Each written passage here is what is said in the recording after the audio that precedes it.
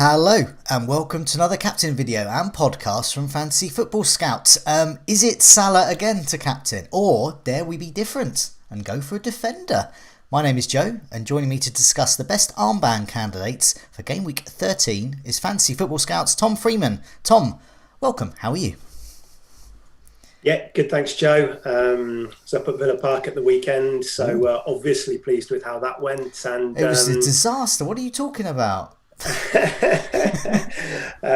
Good start for Gerrard, which I'm sure we'll talk about. Obviously, not so much if you're a Brighton fan like yourself. But yeah, good weekend, and now getting ready for a kind of a busy period for fantasy managers now.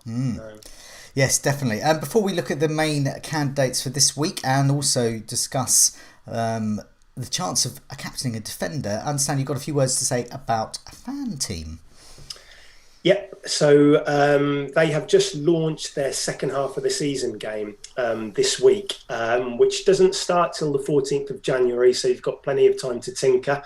But it's a really good one. It's free entry to this one. And if you win it, you get 20k. But there's also prizes right down to, I believe, about the 4,000th position. So it's well worth a look. It doesn't start till the 14th of January, which is in the middle of the African Cup of Nations. So no Salah, probably no Mane either. But that might be quite an interesting time to experiment with some kind of differential captain picks or maybe. And it's free. So no real reason not to try it. And you can start building your teams now. So have a look. Right, let's move on to the captaincy candidates. We've got to start with Salah. So the stats I've got up on the screen here are the last 4 game weeks expected goal involvement. Just to put Salah into perspective, he's obviously top of there, and he's top of so many metrics, or near to the top. So last game week, heavily captained again. We're looking at something like 190% effective ownership where my rank is. Not the highest score in some of our teams, but he delivered again, and he has another home game against Southampton up next. So do we dare captain a defender, or do we just stick with Salah? Keep it simple. Yeah, well, this Liverpool attack just seems to be on another level right now, doesn't it? I think they have now scored at least 2 goals in their last 15 games in all competitions, which is quite staggering, really. And they are just an attack which we can trust. And the same goes for Salah. We can trust him with that captaincy each week, can't we? Hasn't blanked since game week 2. And I don't really think we need to go over the underlying numbers because they're in a different level to anybody else right now. We should probably mention the opposition this week, Southampton. And it did feel like they were improving, didn't it, before the weekend? They'd kept 3 clean sheets in their last 4 games prior to Norwich. And it felt like they were turning a bit of a corner. But there was some familiar failings on show against Norwich, conceded a couple of sloppy goals. And so, I mean, given that result, given what we saw on the pitch, I mean, everything points towards Salah yet again, doesn't it, really? Yeah, has to there. The second name on the list of Liverpool players there is Alexander-Arnold. So not Mane, just above him. Not Jota, who's playing up front. And Firmino's still there, still trucking along with the expected goal involvement, even though he's injured at the moment. But within that time frame, still figuring there. But it's Alexander-Arnold, a defender, who outscored Salah, and I'm going to say outscored him again. It was another double-digit haul. Him, Cancelo, Reece James, Chilwell, all of them capable of hauls. These wing-backs, full-backs, midfielders out of position. Let's start with that. We'll come to some of those other names a bit later. But Alexander-Arnold in this fixture, he could be the better captain, do you think? Yeah, I mean, what are the advantages to captaining a defender over Salah? Well, you get an additional 3 points for a clean sheet. Salah, of course, is a midfielder, so he still gets 1. And you get 1 extra point for a goal. So it's whether how you weigh that up. I haven't seen enough from that to consider switching from Salah to a defender, but I can see why some people are giving it thought, given the way he's playing, given the numbers that he's posting.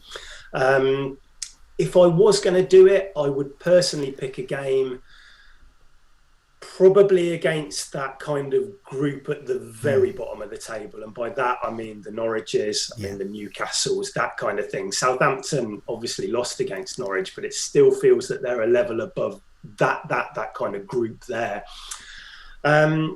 So it's not something I've given a massive amount of thought to. I did have a quick look at some stats earlier, and Southampton are conceding a lot of crosses from their left, which adds a bit of weight to the Alexander-Arnold argument for captaincy. I think Trent's returned and put an attacking return in 5 game weeks out of 10 that he's played this year.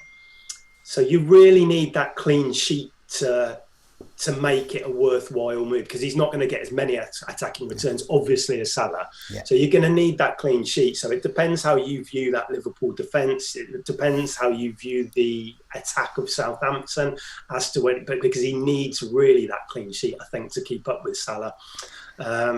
It's not something which I've looked at too much, but I can see why people are. Yeah, so. No, definitely. Just before we have a look at the latest team defence stats, so the so-called Whipping Boys table of the last 4, I just want to welcome those that have joined us in the live chat. So welcome Exploring Klaus E. King, Say It Gambian Guna. I don't know if he's an actual royalty there, but welcome, Your Highness. Rommel, FPL Sparta, Matthew, DJ Cool T. Wow, just sounds cool. Ben Lund, Klaus E. I think I mentioned Klaus before. Game World, and simply the Premier League chat. So welcome to all. They'll be dancing in the streets of Premier League chat after that mention, I presume. So welcome all for joining us. Only 17 likes though, so press that like button, smash it, nurture it, whatever you do with it. Just press that like button. It does something to do with youth and algorithms that is beyond me and Tom, probably. Me too. So do press that like button, and thanks so much for joining us. Let's carry on then. So this is the Whipping Boys table. So I guess the first thing we'll look at is Southampton. Because you were mentioning, we thought their defence had been quite good, then they conceded to Norwich. But nevertheless, in the last 4, they, in terms of expected goals conceded, only Chelsea are better than them. They're actually bottom of this table. This is the Whipping Boys table, so they're joint second top.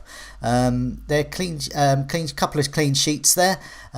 Big chance to concede, just 2. And we can see the worst teams here. So these are the teams to target: Everton, Manchester United, Norwich, although remains to be seen with Norwich because under new management. And I was going to say the same about Aston Villa as well. And Newcastle as well. And Newcastle indeed.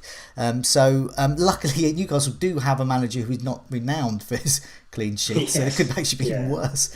It could be, but nevertheless, looking at that, it looks like Manchester United and Everton could be the teams to target at the moment on current form. Especially Everton.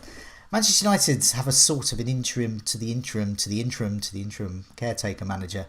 But with Chelsea facing Manchester United, does that give some credibility to captaining Reece James and Chilwell? Well, it isn't a fixture you would traditionally look at as a captaincy for a wing-back, is it? But given the state of play at United at the moment, it might not be such a bad shout to look at it. But Reece James has been incredible recently, hasn't he? I mean, 53 points over the last 4 game weeks. He's got 3 goals, couple of assists. You add in some clean sheets as well. It's a good fixture. The thing is with United, though, is they do have a certain Ronaldo up front who happens to be a pretty good striker. And he has that ability on his day to pull things out of the bag from nothing. And so relying on a clean sheet in certain fixtures, for instance, Liverpool up against Southampton when you're up against Che Adams and Adam Armstrong, who are okay forwards. But obviously when Chelsea are up against United, you've got the likes of Ronaldo and Fernandes and Rashford. And you could easily lose that clean sheet just from a moment of magic from one of those guys. So not something I'm looking at for captaincy, but certainly if you've got the Jameses and the Chilwells in your team, you're obviously going to start them this week. And also Cancelo as well. I mean, I got him in. I was a bit nervous when I brought him into my team a few weeks back because I just thought, I'm just going to take a risk. He's the guy that might miss out, but he's not. He started 12. He's nailed on. But they faced West Ham, so just one clean sheet in the last 4 though with West Ham, and they have conceded 6 big chances. Cancelo is a possibility to captain as well. We've got to slightly figure that this is for those that don't want to captain Salah.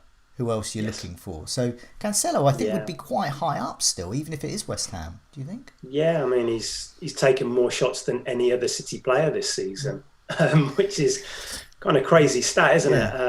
Admittedly, he's benefited from the amount of minutes that he's played, and quite a few of those shots are from range, but he's putting up great numbers. Feels like a difficult match against West Ham. West Ham's away form had been very good up until that defeat at the weekend. I think they hadn't lost since mid-April, but then obviously went to Wolves and struggled a bit, lost narrowly there. If I was looking at a City player this week, I'd probably look at Foden. Given that Ogbonna's now out, and I know that Bruno Lage at the weekend, he played Podence. And he said in his post-match interview that he had played Podence because he had looked at West Ham centre-backs in Zuma and Dawson, who's now come in, and said that he thought they'd benefit from sticking in a player who's quite agile and quick, and try and get round them that way. And so it makes you think that if Foden is handed a role a bit more central this week, maybe, could be a good option up against those centre-backs. So that's maybe where I'd look. But Cancelo, I mean, a great player and a great option for our FPL teams.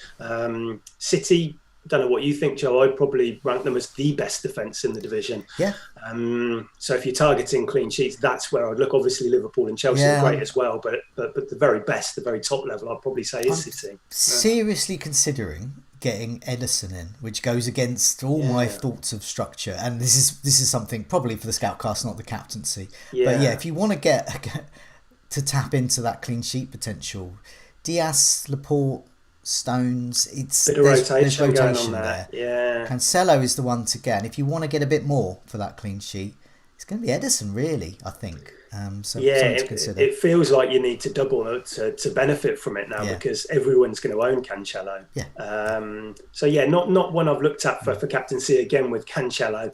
I think if I was going to pick a defender out of those 3 options we touched on, it probably would be Alexander-Arnold this week. I've got another table here which sort of backs that up. It backs up what you're saying about Foden, and it also backs up what you just said there about Alexander-Arnold. So this is expected goal involvement last 4 game weeks. King, Josh King, who faces Leicester, is at the top. Watford's fixtures, Leicester is quite a good one for them. Then the next 2 fall off a cliff. Tough. And then it gets much better again. So Josh King could be a player to consider bringing in. You can bench him at that price. Yeah. So.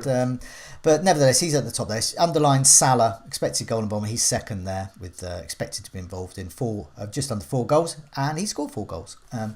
Benteke is trucking along there. Aubameyang. Then Alexander-Arnold. So Alexander-Arnold is the 5th best in terms of expected goal involvement, which says something, really.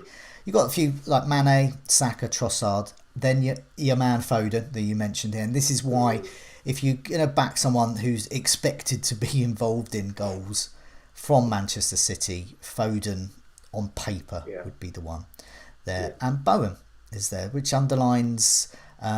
once again, we've spoken about him lots of times, and I think we have said one week we will be mentioning Bowen in the captaincy conversation. Pops, not against City, but I think the fixtures turn. I think it might be in 16 or around about that point. So suddenly Antonio and Bowen will probably become a bigger topic in these videos.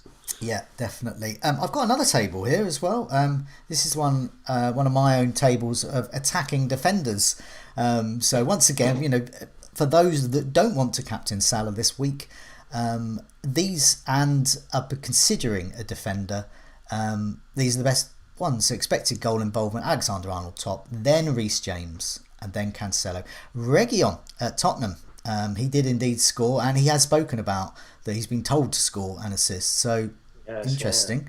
Yeah. Kyle Walker could have a goal there. Henry at Brentford. Rico, I'm not for the captaincy, but it does underline. Don't do that. His potential. No, Rudiger, and on the Scoutcast tonight, I'm going to put my goals imminent table up on him. Is Rudiger due some more? Maybe. Ben Davies at Tottenham, then Chilwell. Chilwell's quite low down there, but it's more looking at his assist potential there. He's on 13 corners, created 7 chances, and then 3 clean sheets. So he's got a nice breadth of potential for points. Perhaps not as he was a bit unfortunate at the weekend, I thought, not to return more as well. He had a good game. He did have a good game. And then Tarkowski there for Burnley. Once again, not for the captaincy conversation, but this underlines that there are plenty to choose from if you want to go for a defender for the captaincy. Let's have a look at the remaining fixtures. I mean, we mentioned a lot of the key names, particularly with that focus on defenders here. So, looking at the fixtures there, anyone else spring to mind? Any non-defenders? Yeah, I mean, there's a few we should mention. You've got Spurs going to Burnley. Watched the game, obviously, on Sunday with Kane and Son against Leeds. I thought they improved after the break. Yes, Kane had a shot. They both hit the woodwork, didn't they? Yes. He had 3 shots in the box, I think, in total in the game. I thought just from watching the game, I was kind of encouraged by it. I think I was too. He seemed to be quite hungry. He seemed to be quite motivated. Seemed to be getting into some good positions in the box. I mean, whether or not you want to, we spoke earlier about trusting Liverpool because of what they've done over the past. Or across the whole season in terms of their attacking level. We haven't got that with Spurs. So you're taking a punt on not only Kane, but on Spurs performing as well. And that might be a bit too much for some. I'm happy to hold him this week. Burnley are improving a little bit, come into a bit of form recently. They did concede 3 against Palace at the weekend. The key point is they'll be without Tarkowski and Westwood this weekend, who are both suspended. So that's going to be... Okay. So Kane is... Yeah, I mean, he's my vice-captain at the moment. So same.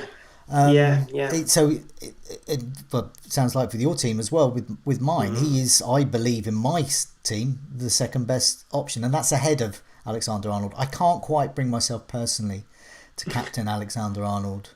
I'm not quite there yet either. Yet. Not with Salah. But yeah, Kane. What about Son owners? Captaincy? Yeah, I wouldn't go there, captain. I mean, from watching the game, again, there were a couple of nice moments. It doesn't feel like that Spurs attack is truly clicking at the moment, and that's to be expected. They've played, 3 games under Conte so far. It's going to take a bit of time. Of course, he's a player that can do well. I think we might revisit this in a couple of weeks when they play Norwich at home. I think it is. They've got Brentford after this week and then Norwich. And depending on how these next couple of games go, there might be a bit more weight behind a Kane or a Son captaincy then. Burnley might make it difficult for them. I think they've lost 1 in their last 7 though. Yeah. But obviously Tarkowski being out and Westwood, that's a big loss for them. So. Aubameyang against Newcastle. I quite... That appeals to me. I don't own Aubameyang and I own Salah, so obviously Salah's got the captaincy for me. But I'd be tempted. If I was an Arsenal fan, I'd be especially tempted. Yeah. Well, I mean, Newcastle haven't kept a clean sheet all season still. There we go. No team has conceded more. I think they're level with Norwich. So they've obviously brought in Eddie Howe, who kept the back 3 at the weekend for most of the game. They played Shelvey and Willock in central midfield. Now, that kind of worries me as a midfield shield in front of a back 3. I'm not quite sure if that's going to work. And that suggests goals against them. Yeah. They did switch it later on in the game when they chased the game and went to a back 4. But Aubameyang, he's been a bit unlucky recently, I think. He was unfortunate against Watford when he came out with a -1, I think, when missed a penalty, had a goal disallowed, I think, got a yellow card. And yeah, it feels like if you own him, it's a good week for Aubameyang, isn't it? You've probably got him over Kane or whatever as your premium striker, so he's probably going to be your vice this week. They were completely outplayed at the weekend, weren't they, Arsenal? But to be expected, really. They're a level below those top three teams, and that doesn't necessarily mean that they can't do well in this fixture against pretty poor Newcastle team, I think. Anyone else that's worthy of our consideration before we go? Well, we should mention Vardy, shouldn't we, at home against Watford? But the problem is Leicester. Not they're just not playing well. They've won 2 of their last 9. And Watford are playing well, aren't they? Yeah. And if you've got a Watford forward, you spoke about King, if you've got Sarr. Leicester haven't kept a clean sheet since game week 1. They've got Tielemans out now. Really important player. Rodgers touched on that after the game at the weekend on how much they're going to miss him. And they just I don't know what their best system is, Leicester. They play back 3s, they play back 4s. They've been playing Lookman and Barnes. Then they've been bringing on Maddison and Iheanacho at half term. And it seems like Rodgers, he just doesn't know what his best kind of formation and system is at the moment. But for Vardy, he's blanked, I think, 4 in a row now. And he's only had 3 shots during that time. Now Daka's had the same amount, and he's played for 65 minutes over that period. So he's not getting the service at the moment. So you probably want to see something from Leicester before going there.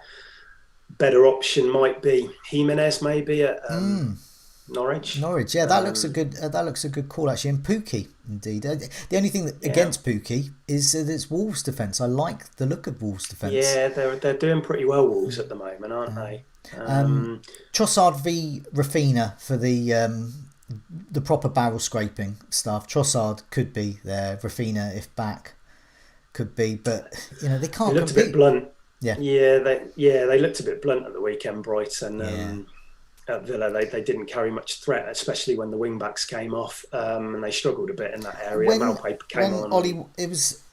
Ollie Watkins was given a lot of space, not to take it away from him, but he was almost allowed to do what he did. And then I think of Rafinha against, and my immediate thought as a Rafinha owner was, even though I'm a Brighton fan, I think Rafinha might score next week. We need an update on Rafinha, don't we? Because he missed the weekend match, and I know it was just illness, but I haven't heard anything further about that illness. You always worry when you see illness and you think COVID, but obviously I don't know that. I have no idea what it is, and I don't think we've had an update since. So it'd be great to hear from Bielsa of exactly what that was. It could just be a bad cold or some kind of fever. Exactly. It's that time of year, isn't it? So let's hope that it's that, but we probably need an update on that.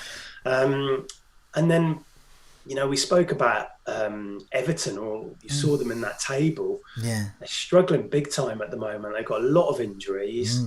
Richarlison suspended this weekend. Demarai Gray's got an injury, came off last weekend to add to Calvert-Lewin, Doucouré and Mina.